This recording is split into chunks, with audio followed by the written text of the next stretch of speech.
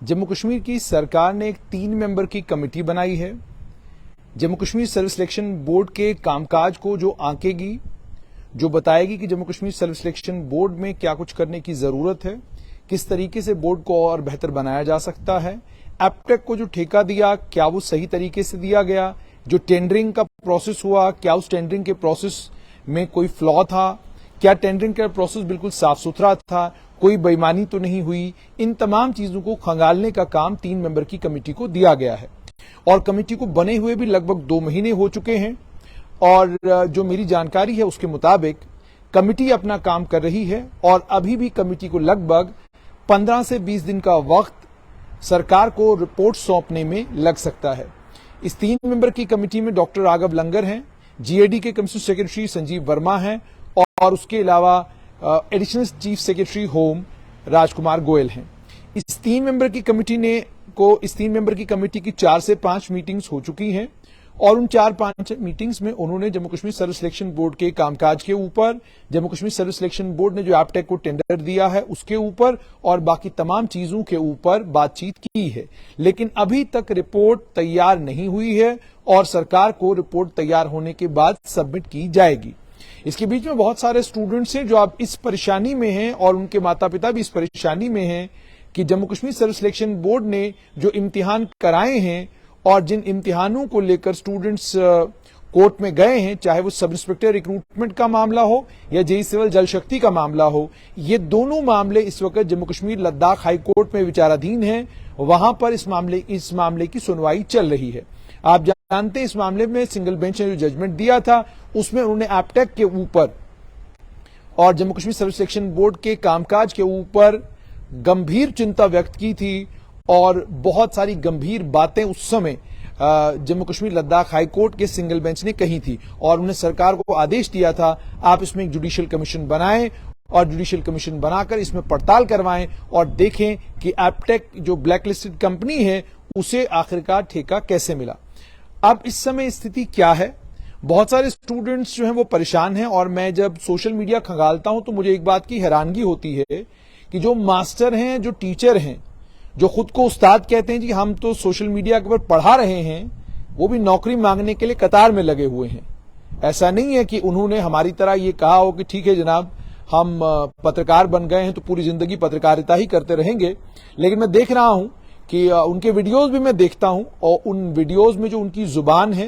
वो बहुत घटिया है, बहुत निचले स्तर की जुबान का वो लोग इस्तेमाल करते हैं पत्रकारों को लेकर और सरकार को लेकर और बाकी तमाम। तो हैरानगी इस बात की होती है कि कल जब ये यूट्यूबर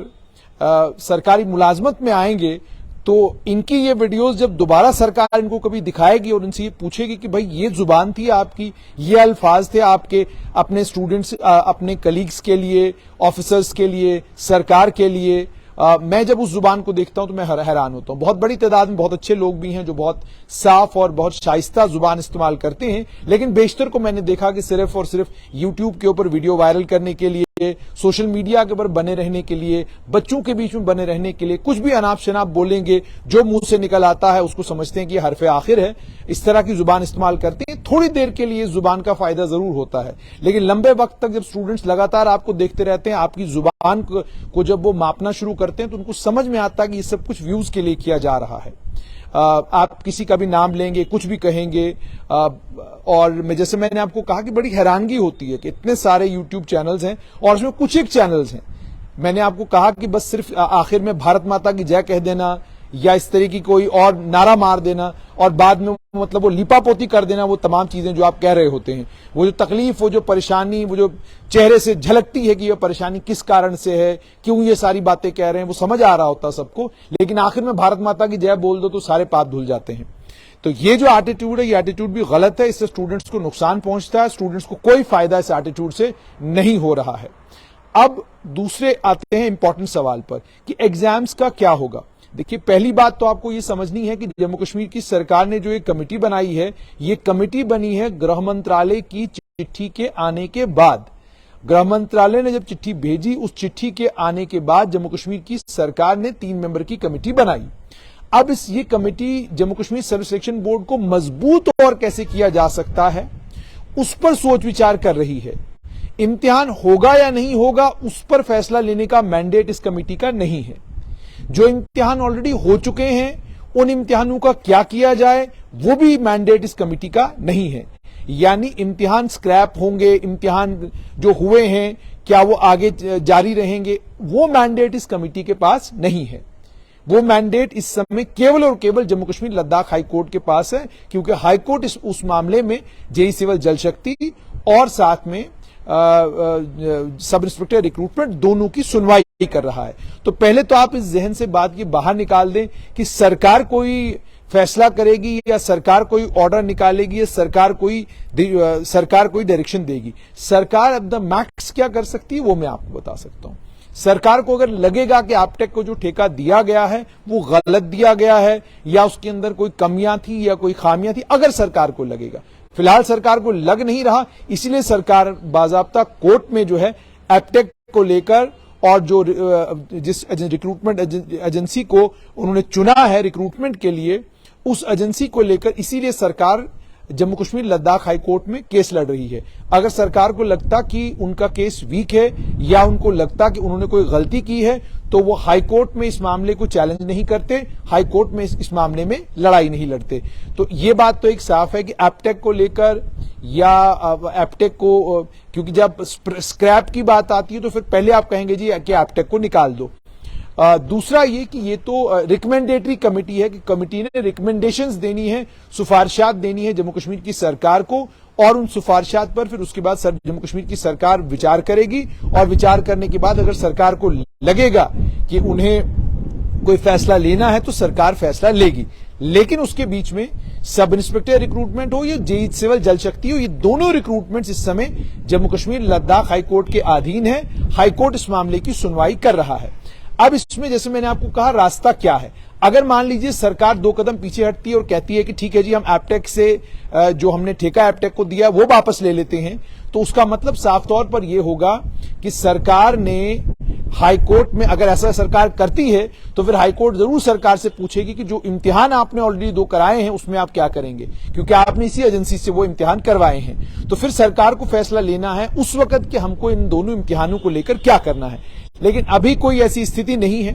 अभी प्रेजेंट पोजीशन ये है, जो मुझे पता चली है वो यही है, जो आप लोगों को भी मालूम है कि मामला जम्मू कश्मीर लद्दाख हाईकोर्ट में है, वहां इस मामले की सुनवाई हो रही है और इस मामले पर इस वक्त भी सुनवाई चल रही है। जैसे मैंने आपको कहा कि अभी तो इस मामले में इस बार भी जून के महीने में जो तारीख थी उस तारीख पर जो इस मामले की सुनवाई नहीं हुई। अब जब भी ये केस कोर्ट में लगेगा तो इस केस में सुनवाई होगी और मामला आगे चलेगा। अच्छा, अब ये कि जहां तक इम्तिहानों का ताल्लुक है, जैसे मैंने कहा था आज दिन में भी मैंने एक लाइव में कहा था कि जम्मू कश्मीर की सरकार को चाहिए कि अगर उन्हें लगता है कि Jammu Kashmir service selection board को अभी वक्त लग सकता है जम्मू कश्मीर लद्दाख हाईकोर्ट में मामले की सुनवाई के खत्म होने में और उसके बाद जाकर ही जम्मू कश्मीर लद्दाख हाईकोर्ट ने कोई फैसला करना है इसमें, तो बेहतर यह है कि जो सब इंस्पेक्टर की रिक्रूटमेंट है या जो बाकी रिक्रूटमेंट्स है, अगर सरकार को सही लगता है तो किसी और एजेंसी से तब तक आप इम्तिहान करा लें। और यह भी समझ में नहीं आ रहा कि अगर आपको लगता है कि एपटेक बिल्कुल सही है और वो कहीं गलत नहीं है, तो फिर बाकी जितने इम्तिहान आपके हैं वो इम्तिहान आप क्यों नहीं करवा रहे। आप अगर एपटेक को हाईकोर्ट में, एपटेक को लेकर आप हाईकोर्ट में हैं, वहां आप डिफेंड कर रहे हैं, वहां क्या कहते हैं, आप कह रहे हैं कि जो हम जिस फर्म को हमने ठेका दिया वो बिल्कुल सही है, तो अगर वो सही है तो हाईकोर्ट ने तो आपको रोका नहीं है कोई दूसरा इम्तिहान कराने से, तो आप दूसरे इम्तिहान कराने से डर क्यों रहे हैं, आप एग्जाम का कैलेंडर निकालने से डर क्यों रहे हैं। बाकी इम्तिहान अगर आप नहीं करा रहे हैं तो इसका मतलब साफ तौर पर यह कि आपने मन ही मन ये मान लिया है कि जो एपटेक को हमने ठेका दिया है वो ठीक नहीं दिया है। अगर आपने ये मान लिया है तो ये ड्रामा लंबा खींचने की जरूरत क्यों है, इसको स्क्रैप कर दीजिए, एजेंसी को स्क्रैप कर दीजिए और बाकी जो इम्तिहान है वो किसी और से करवाइए। सब इंस्पेक्टर रिक्रूटमेंट और जेई जल शक्ति का जहां तक ताल्लुक है, इन दोनों इम्तिहानों को लेकर किसी ने ये इल्जाम अभी तक तो नहीं लगाया कि इम्तिहानों में कोई गड़बड़ी हुई है, कोई धांधली हुई है, ऐसा आरोप अभी तक किसी ने नहीं लगाया है। जिस एजेंसी ने करवाया उस एजेंसी के ऊपर आरोप जरूर लगाए हैं, लेकिन अभी तक जितना मेरे पास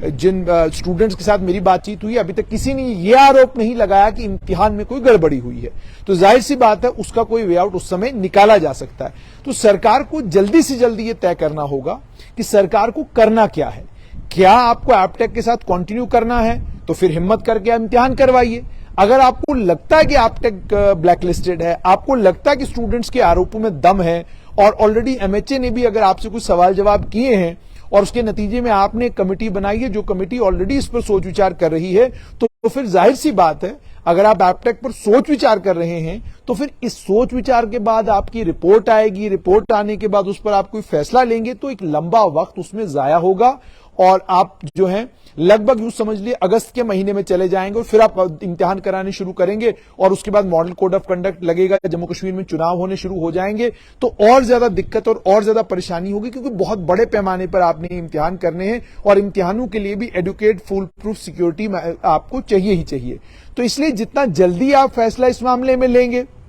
उतना बेहतर। मान लीजिए अब एप्टेक को बाहर निकालते हैं तो जाहिर सी बात है एप्टेक कोर्ट चली जाएगी, एप्टेक आपके खिलाफ जो है कोर्ट में बाज़ाब्ता मामला दर्ज करेगी कि जनाब इन्होंने पहले हमें ठेका दिया, बाद में हमें बाहर कर दिया, तो वो आप केस लड़ते रहेंगे। लेकिन उससे कम से कम आप बाकी जो रिक्रूटमेंट्स हैं या जो, क्योंकि इसमें आपको दोबारा वही सारा प्रोसेस करना है कि आपको दोबारा से टेंडर करना है, दोबारा से एप्लीकेशन इनवाइट करनी है, टेंडर के लिए लोग डॉक्यूमेंट भरेंगे और वो सारा सिलसिला, तो उस सिलसिले को भी करने में 2 महीने लगेंगे। तो अगर ये सारा प्रकरण देखें तो मैं जैसा बार बार कह रहा हूं कि ये अगस्त, सितंबर, अक्टूबर तक का मामला बन जाएगा अगर आप कोई नई एजेंसी लाते हैं। तो सरकार इतनी असमंजस की स्थिति में क्यों है, इतना कंफ्यूजन सरकार में क्यों है कि आपको एक तरफ से आप कमेटी बनाते हैं, आप कह रहे हैं जी एप्टेक का पता करो ठीक तरीके से टेंडर दिया गया कि नहीं दिया गया, दूसरी तरफ से आप कोर्ट में कह रहे हैं कि जनाब हम तो डिफेंड करेंगे, हमने तो क्या कहते हैं कोई गलत किया नहीं, हमने तो साफ सुथरे तरीके से टेंडर दिया है। तो अगर आपने साफ सुथरे तरीके से टेंडर दिया है तो फिर ये कमेटी बनाने की जरूरत क्या है?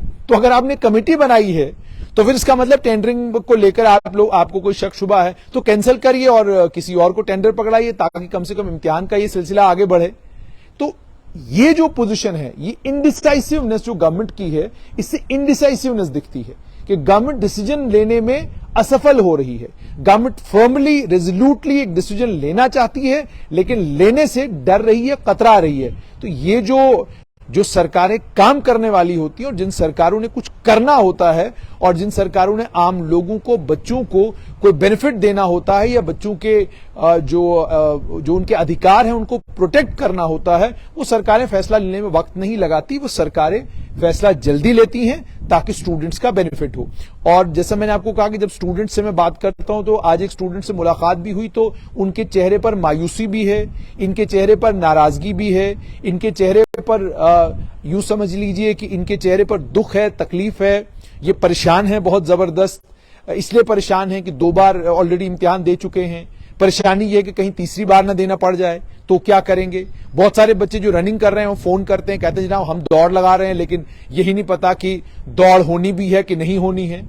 तो ये जो स्थिति है ये बच्चों के लिए भी ठीक नहीं है। मैं तो हैरान हूं, इतने सारी पॉलिटिकल पार्टीज जम्मू कश्मीर में हैं, सभी डुगडुगी बजाती हैं कि हम युवाओं के साथ हैं, युवाओं के समर्थक हैं, युवाओं को हम क्या कहते हैं आगे बढ़ाएंगे, युवाओं को चुनाव लड़वाएंगे। तो कौन से युवाओं को चुनाव आपने लड़वाना है? कौन से युवाओं के साथ आप हैं? अगर आप यूथ के साथ होते, आप स्टूडेंट्स के साथ होते तो आपका शिष्टमंडल, आपका एक डेलीगेशन अभी तक एलजी से मिल गया होता और लेफ्टिनेंट गवर्नर मनोज सिन्हा से आप लोगों ने गुजारिश कर ली होती। लेकिन सबके अपने अपने वेस्टेड इंटरेस्ट हैं, सबको लगता है कि आप एक पॉलिटिकल कैपिटल हैं और उस पॉलिटिकल कैपिटल को रीप करने के लिए लोग कचौनी चौक में पहुंच जाते हैं। उस पॉलिटिकल कैपिटल को रीप करने के लिए लोग जो हैं आपके कैंडल लाइट मार्च में शामिल हो जाते हैं। तो जब आपकी वो पॉलिटिकल कैपिटल ये लोग रीप कर लेते हैं उसके बाद ये अपने में मस्त हो जाते हैं। कुछ शादियों में डांस कर रहा है, किसी को पासपोर्ट की परेशानी है, पासपोर्ट मिल गया, खुशी हो गई, 10 साल का पासपोर्ट मिल गया, हो गया मेरा काम। बाकी लोगों को यह परेशानी है कि नवंबर में शायद चुनाव आने वाले हैं तो चुनावों की तैयारी की जाए। बीजेपी वालों की अपनी परेशानियां हैं। कांग्रेस जम्मू कश्मीर में जो है 2 भागों में बटी हुई है, अभी आपस में ही उनकी लड़ाइयां खत्म नहीं हो रही हैं। और इसी तरीके से Jammu Kashmir national panthers party को लेकर पिछले दिनों में बड़ी एक अच्छी खबर सुनने को मिली थी कि 2 धड़ों में बटी हुई Jammu Kashmir national panthers party शायद एक साथ आ रही है और एक साथ आने के बाद वो एक प्लेटफॉर्म पर आएंगे। तो अगर नेशनल पैंथर्स पार्टी के पास अच्छे युवा नेता भी उनके पास हैं और पुराने कर्मठ नेता भी उनके पास हैं तो वो युवाओं के लिए सड़कों के ऊपर उतर आते तो कम से कम एक मोमेंटम बनता। एकजुट जम्मू है, डोगरा स्वाभिमान संगठन है, इतने दल हैं, इन सभी दलों को देखकर अफसोस ये होता है कि कोई भी गंभीरता इस मामले की नहीं समझ रहा है कि यंगस्टर्स के साथ, युवाओं के साथ इस समय हो क्या रहा है, वो किस मेंटल स्टेट में हैं, वो कितने स्ट्रेस से गुजर रहे हैं। और मैं तो इस बात पर भी हैरान होता हूं कि आप लोगों के साथ जो ये सारे राजनीतिक दल एक साथ मिलकर कर रहे हैं, इंक्लूडिंग गुलाम नबी आजाद का राजनीतिक दल, उसके बाद आप मतलब क्यों वोट देने के लिए जाएंगे? आप इनको किस लिए वोट देंगे? आप इनको कैसे अपना नेता मानेंगे? क्यों, किस कारणवश, क्या कर रहे हैं आप लोगों के लिए? कोई फोन कर रहे हैं किसी को आपके लिए, या चिंतित हैं आपके लिए, या सड़क पर आ गए आपके लिए, या केंद्रीय गृह मंत्रालय से मुलाकात कर ली इन लोगों ने? पिछले आप अगर 4 महीनों में आप प्रेस नोट निकालिए सारी, देखिए इन सारे पॉलिटिकल पार्टीज ने कौन से प्रेस नोट्स इशू किए हैं, क्या लिखा है उन प्रेस नोट्स में, आपको लेकर इनको चिंता कितनी है, आपको लेकर इनकी परेशानी कितनी है। जाकर आप इनसे सवाल पूछिए, दाएं बाएं दुबकना शुरू कर देते हैं, कोई इधर भागता है, कोई उधर भागता है, लेकिन आपके ऊपर जो पूछे गए सवाल होते हैं उनका कोई जवाब नहीं देता, दावे बड़े बड़े करते हैं। सोशल मीडिया के ऊपर इनके जब इंटरव्यू आप नेताओं के सुनते हैं तो आप हैरान होते हैं कि दावे कितने बड़े बड़े हैं, लेकिन प्रैक्टिकल ये है कि आपकी जो परेशानी है वो आप ही की है। इसीलिए लेफ्टिनेंट गवर्नर मनोज सिन्हा और सरकार से ही आग्रह किया जा सकता है कि थोड़ा सा जो है थोड़ा सा दिल बड़ा करें और इन यंगस्टर्स की इस परेशानी को समझते हुए कोई ऐसा वे आउट निकालें जिस रास्ते से इन स्टूडेंट्स के इम्तिहान हो जाएं, देखिए इनकी नौकरियां लग जाएं और इन लोगों का फ्यूचर जो है वो बच जाए। और ठीक उम्र में अगर नौकरी लगती है तो उसका एक बड़ा लंबे वक्त तक बहुत फायदा होता है। आप जितना इसको डिले करेंगे, इनका दौड़ने की जो इनकी कैपेसिटी है वो कम हो जाएगी। बहुत सारे ऐसे बच्चे हैं जो शायद अब सोचिए 4 साल हो गए इनको दौड़ते हुए, तो जिस बच्चे की उम्र 28 थी अब 32 हो गई, जिसकी 26 थी उसकी 30 हो गई, तो 4 साल में बहुत फर्क पड़ता है। मेटाबॉलिक स्टेट में फर्क पड़ता है, मेटाबॉलिज्म में फर्क पड़ता है, आपकी दौड़ने की क्षमता में फर्क पड़ता है, आपकी मेंटल स्टेट जो है वो तब्दील हो जाती है। तो इन सारी चीजों को ध्यान में रखते हुए सरकार को कोशिश करनी चाहिए कि जल्द से जल्द Jammu Kashmir service selection board को लेकर कोई फैसला ले। अगर आपको विश्वास है कि जो आपने किया है वो सही है तो इम्तिहान करवाइए, और अगर आपको लगता है कि कुछ गलत हुआ है, कोई गलती आपसे हुई है, आपने ठीक एजेंसी को नहीं चुना है, तो फौरन विड्रॉ कीजिए और कोई रास्ता निकालिए जिससे कम से कम जो बाकी इम्तिहान है वो हो जाएं और जो इम्तिहान ऑलरेडी हो चुके हैं उन्हें मुकम्मल किया जा सके।